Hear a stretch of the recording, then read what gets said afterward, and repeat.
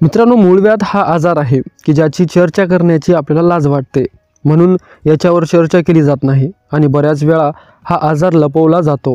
आणि जेव्हा हा आजार सहनशक्तीच्या पलीकडे जातो त्यावेळी तुम्ही डॉक्टरांकडे जाता आणि म्हणूनच मग उपचार करून अवघड होऊन जातं। तर या आजारांची तुम्हाला माहिती असावी, तुम्हाला योग्य आणि वेळेच्या वेळी उपचार घेता यावे आणि स्वतःची काळजी घेता यावी, यासाठी मी आजचा व्हिडिओ बनवला आहे। त्यामुळे व्हिडिओ शेवटपर्यंत नक्की बघा। मित्रांनो, मूळव्याध म्हणजे नेमकं काय? मूळव्याध म्हणजे गुदद्वार, ज्याला आपण ॲनस असं म्हणतो, जिथे असलेला एक कोंब असतो। हा कोंब तिथे का तयार होतो याची बरीच कारणे आहेत, ती पुढे आपण पाहणार आहोत। पण सहजा गुदद्वाराजवळ ज्या रक्तवाहिन्या असतात त्या रक्तवाहिन्यावर जोर पडल्यामुळे, सतत दाब पडल्यामुळे या रक्तवाहिन्या आणि आजूबाजूचे स्नायू सुजतात, फुगतात आणि तिथे कोंब तयार होतो आणि कधीकधी रक्तस्राव सुद्धा होतो। हा तसं पाहायला गेलं तर खूप सर्वसामान्य आजार आहे। आता लोकेशननुसार, म्हणजे या कोंबाचं लोकेशन कुठे आहे त्याच्यानुसार याचे दोन प्रकार आहेत। एक आहे इंटरनल हिमोराइड्स आणि दुसरा आहे एक्सटर्नल हिमोराइड्स। ॲनसच्या आतल्या भागात जर हा कोंब असेल तर त्याला इंटरनल हिमोराइड्स म्हणतात आणि हा कोंब जर ॲनसच्या बाहेर असेल, गुदद्वाराच्या बाहेर आणि आजूबाजूला असेल तर त्याला एक्सटर्नल हिमोराइड्स असं म्हणतात। आणि त्रास किती तीव्र आहे याच्यावरती या इंटरनल हिमोराइड्सचे प्रकार आहेत। फर्स्ट डिग्री हिमोराइड्स ग्रेड 1 याच्यामध्ये तुमच्या गुदद्वाराच्या आतील आवरणात शौचाच्या वेळी रक्तस्राव होतो पण कोंब बाहेर येत नाही। सेकंड डिग्री हिमोराइड्स ग्रेड 2 याच्यामध्ये शौचाच्या वेळी अंतर्गत रक्तस्राव होतो आणि शौचाला जोर लावला की तो कोंब बाहेर येतो, पण हा कोंब आपल्या आत सुद्धा जातो। थर्ड डिग्री हिमोराइड्स ग्रेड 3 याच्यामध्ये गुदद्वाराच्या आतमध्ये जी सूज असते ती सूज मोठी असते, शौचाच्या वेळी तिथे रक्तस्राव सुद्धा होतो आणि जोर दिल्यावर ती सूजमुळे आलेला जो कोंब आहे तो कोंब गुदद्वाराच्या बाहेर येतो आणि शौचाच्या वेळी जोर दिल्यास 1 किंवा 2 लहान गाठी बाहेर लटकलेल्या असतात आणि या गाठी पुन्हा आत ढकलता येतात। फोर्थ डिग्री हिमोराइड्स ग्रेड 4 याच्यामध्ये गुदद्वाराच्या आत 1 किंवा अनेक मोठ्या साईजच्या गाठी असतात। शौचाच्या वेळी जोर दिल्यास रक्तस्राव तर येतोच, पण त्याचबरोबर या गाठी बाहेर येतात आणि हे कोंब आकाराने मोठे असल्यामुळे बाहेरच लटकत राहतात, ते परत आत घेणे शक्य होत नाही। मित्रांनो, आता पाहूयात मूळव्याधाची लक्षणे काय असतात। बऱ्याच वेळा मूळव्याध झालेली असली तरी याची लक्षणे सौम्य असतात आणि तुमच्या लक्षात जर आलं आणि त्याच्यावर वेळीच उपचार केले, आहारात बदल केले तर ते पूर्णपणे बरा होऊ शकतं। आणि काही लोकांना याची काहीच लक्षणं नसल्यामुळे हा त्रास लक्षात यायला बराच वेळ लागतो।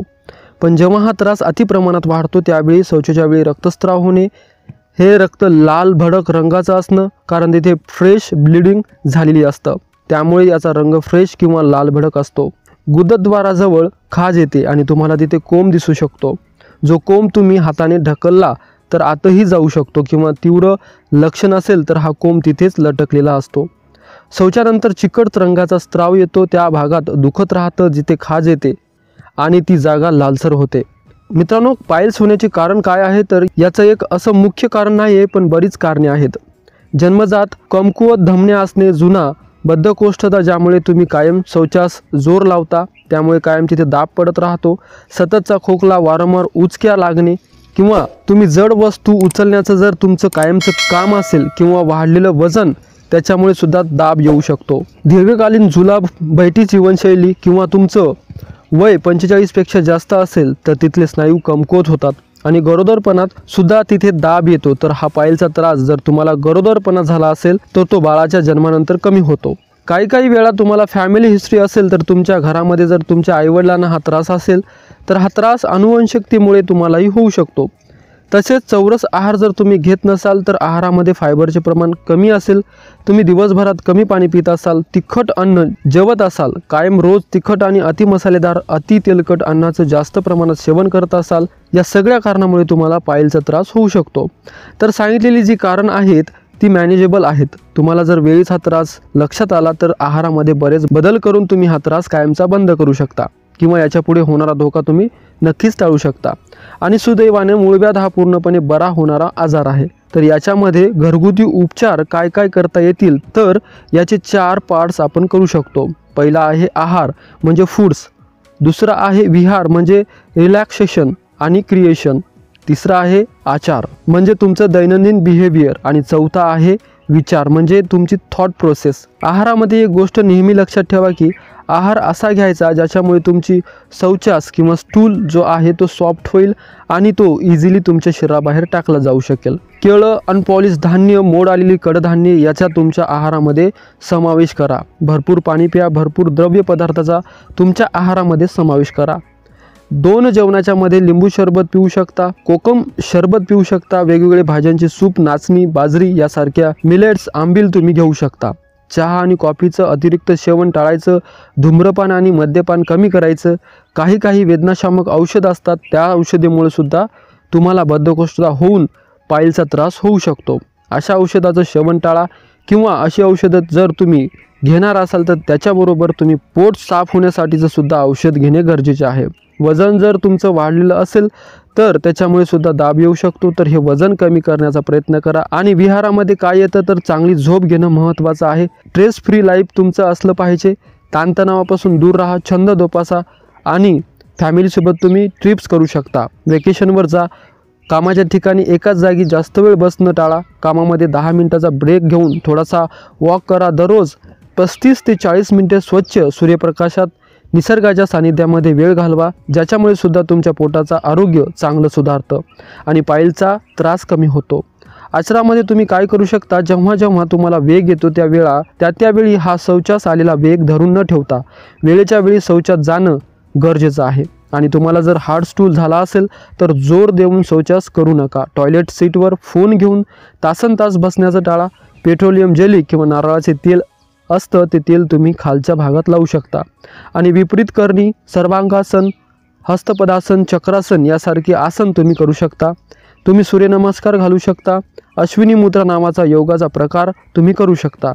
आणि विचार म्हणजे काय तर ताणतणावापासून दूर राहा. तुमच्याबद्दल नेहमी पॉझिटिव्ह विचार करा. तुमचं माइंड कायम रिलॅक्स राहील अशा गोष्टी करा. मेडिटेशन शिकून घ्या. काही ग्रेजेस ज्या असतात किंवा काही वाईट गोष्टी असतात त्या धरून ठेवण्याचं काम तुम्ही करू नका. कायम धरून ठेवू नका कुठल्याही गोष्टी. आता याचं निदान कसं केलं जातं तर सगळ्यात पहिले शारीरिक तपासणी केली जाते. डॉक्टर दवाखान्यामध्ये फिजिकली तुमच्या गुदाशयाची आणि गुदाद्वाराची तपासणी करतात. बाह्य किंवा अंतर्गत बाजूमध्ये कोंब आहेत का ते तपासलं जातं. दुसरं म्हणजे प्रोटोस्कोपी केली जाते. याच्यामध्ये प्रोटोस्कोप नावाचा एक टूल असतो, ते तुमच्या गुदद्वारामध्ये घालून अंतर्गत तपासणी केली जाते. कोलोनोस्कोपी ज्याच्यामध्ये कोलोनोस्कोप असतो त्याच्याद्वारे तुमच्या अंतर्गत अवयवांची तपासणी केली जाते आणि तुमच्या पायल्स होण्यामागे मोठ्या आतड्यांचे काही आजार तर नाही आहे ना हे सुद्धा तपासलं जातं. तुमची हिस्ट्री घेतली जाते आणि हिस्ट्रीमध्ये तुम्हाला अनुवंशिकतेमुळे हा आजार झाला आहे का हे तपासलं जातं. तुम्हाला जर मूळ व्याधीची सुरुवात असेल तर मी आधी जे सांगितले आहेत ते घरगुती उपचार करून तुम्ही हे मॅनेज करू शकता. पण तुम्हाला जर का हा आजार तीव्र स्वरूपाचा असेल तर याच्यावरती बरेच उपचार केले जातात.